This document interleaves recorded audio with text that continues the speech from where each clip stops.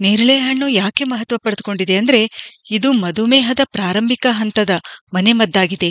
ನೇರಳೆ ಹಣ್ಣಿನಲ್ಲಿ ಯಾವ ಗುಣವಿದೆಯೋ ಅದೇ ಗುಣ ಇವುಗಳ ಬೀಜದಲ್ಲಿ ಕೂಡ ಇದೆ.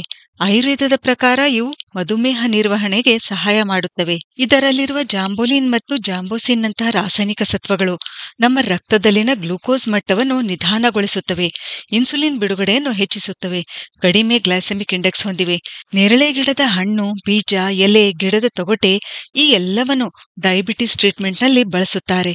ನೇರಳೆ ಹಣ್ಣು ಗುಣದಲ್ಲಿ ತಂಪು ಇದ್ರೂ ಕಫ ದೋಷದಿಂದ ಉಂಟಾಗ್ತಕ್ಕಂಥ ಸಮಸ್ಯೆಗಳು ಅಂದ್ರೆ ಸೈನಸ್ ಆಗಿರಬಹುದು, ನೆಗಡಿ, ಅಸ್ತಮಾ, ಉಸಿರಾಟ ತೊಂದರೆ ಇವುಗಳನ್ನು ನಿವಾರಿಸುವಲ್ಲಿ ಸಹಾಯ ಮಾಡುತ್ತದೆ. ಈ ಎಲ್ಲ ಉಸಿರಾಟದ ಸಮಸ್ಯೆಗಳಿಗೆ ಚಿಕಿತ್ಸೆ ನೀಡಲು ನೇರಳೆ ಹಣ್ಣು ಸಾಂಪ್ರದಾಯಿಕ ಪರಿಹಾರವಾಗಿದೆ. ಪಿತ್ತರೋಗಗಳಲ್ಲಂತೂ ಇದು ಲಾಭ ಕೊಡುತ್ತದೆ. ಅಂಗಾಲು ಉರಿ, ಕಣ್ಣು ಉರಿ ಇವು ಕಡಿಮೆ ಮಾಡುತ್ತದೆ. ಆದ್ರೆ ಇದು ವಾತ ಹೆಚ್ಚಿಸುತ್ತದೆ. ಅದಕ್ಕೆ ವಾತದೋಷ ಇರುವವರು ನೇರಳೆ ಹಣ್ಣನ್ನು ಸ್ವಲ್ಪ ತಿನ್ಬೇಕು. ಊಟಕ್ಕಿಂತ ಮೊದಲು ತಿಂದ್ರೆ ಇನ್ನೂ ಒಳ್ಳೆಯದು. ಈ ಹಣ್ಣು ತಿನ್ನೋದ್ರಿಂದ ನಮಗೆ ಹಸಿವು ಚೆನ್ನಾಗಿ ಆಗುತ್ತದೆ. ಇದು ಆಂಟಾಸಿಡ್ ಗುಣ ಹೊಂದಿದೆ. ನಮ್ಮ ಜಠರದ ಆಮ್ಲೀಯತೆ ಕಡಿಮೆ ಮಾಡುತ್ತದೆ. ಇದರಲ್ಲಿರ್ತಕ್ಕಂಥ ಫೈಬರ್ ಅಂದ್ರೆ ನಾರಿನಾಂಶ ನಮ್ಮ ಜೀರ್ಣಾಂಗ ವ್ಯವಸ್ಥೆಯನ್ನು ಸ್ವಚ್ಛ ಮಾಡುತ್ತದೆ. ಅಜೀರ್ಣ ಸಮಸ್ಯೆಗಳು, ಅಲ್ಸರ್ ಸಮಸ್ಯೆ ಇವುಗಳನ್ನು ಕಡಿಮೆ ಮಾಡಿ ಪೋಷಕಾಂಶಗಳನ್ನು ಚೆನ್ನಾಗಿ ಹೀರಿಕೊಳ್ಳುವಂತೆ ಮಾಡುತ್ತದೆ. ನಮ್ಮ ಕರುಳು ರಿಲ್ಯಾಕ್ಸ್ ಆಗಿ ಕೆಲಸ ಮಾಡುವಂತೆ ಆಗುತ್ತದೆ. ಹೀಗೆ ನಮ್ಮ ದೇಹವನ್ನು ಡಿಟಾಕ್ಸಿಫೈ ಮಾಡುತ್ತದೆ. ನಮ್ಮ ದೇಹ ಸ್ವಚ್ಛ ಆಗೋದ್ರಿಂದ ಯಾವುದೇ ರೀತಿಯ ಆರೋಗ್ಯ ಸಮಸ್ಯೆಗಳು ಬರೋದಿಲ್ಲ. ಇದರಲ್ಲಿ ಫ್ಲೆವನಾಯ್ಡ್ಗಳು ಇರೋದ್ರಿಂದ ನಮ್ಮ ದೇಹದಲ್ಲಿ ಇವು ಶಕ್ತಿಶಾಲಿ ಆಂಟಿ ಆಕ್ಸಿಡೆಂಟ್ ಆಗಿ ಕೆಲಸ ಮಾಡುತ್ತವೆ. ಫ್ರೀ ರ್ಯಾಡಿಕಲ್ಗಳನ್ನು ನಾಶ ಮಾಡುತ್ತವೆ. ನಮ್ಮ ದೇಹದ ರೋಗ ನಿರೋಧಕ ಶಕ್ತಿ ಅಂದ್ರೆ ನಮ್ಮ ಇಮ್ಯುನಿಟಿ ಹೆಚ್ಚಿಸುತ್ತವೆ. ಅಷ್ಟೇ ಅಲ್ಲ, ನೇರಳೆ ನಮ್ಮ ಹೃದಯದ ಆರೋಗ್ಯ ಕಾಪಾಡುತ್ತದೆ. ಇದು ಪೊಟ್ಯಾಷಿಯಂನಿಂದ ಸಮೃದ್ಧವಾಗಿರೋದ್ರಿಂದ ನಮ್ಮ ದೇಹದಲ್ಲಿ ಕೊಲೆಸ್ಟ್ರಾಲ್ ಮಟ್ಟ ನಿಯಂತ್ರಿಸುತ್ತದೆ ಮತ್ತು ಪ್ಲೇಕ್ ಉಂಟಾಗಲು ಬಿಡೋದಿಲ್ಲ.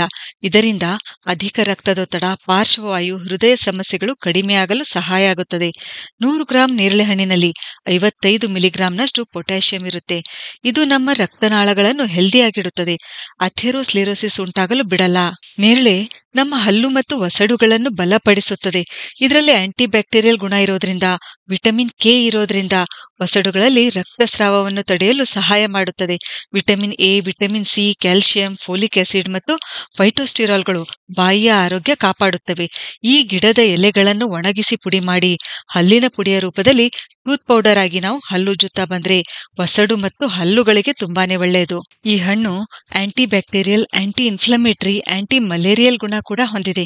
ಇದಕ್ಕೆ ಕಾರಣ ಇದರಲ್ಲಿರ್ತಕ್ಕಂಥ ಗ್ಯಾಲಿಕ್ ಆಸಿಡ್, ಮ್ಯಾಲಿಕ್ ಆಸಿಡ್ ಮತ್ತು ಬೆಟುಲಿಕ್ ಆಸಿಡ್. ಇದರಲ್ಲಿ ಆಸ್ಟ್ರಿಂಜೆಂಟ್ ಗುಣ ಇರೋದ್ರಿಂದ ಇದು ನಮ್ಮ ಚರ್ಮವನ್ನು ಕ್ಲೀನ್ ಆಗಿಡುತ್ತೆ, ಮೊಡವೆ ಉಂಟಾಗಲು ಬಿಡೋದಿಲ್ಲ. ಇದು ನಮ್ಮ ಚರ್ಮದಲ್ಲಿನ ಆಯಿಲ್ ಕಂಟೆಂಟ್ ಕಡಿಮೆ ಮಾಡುತ್ತೆ.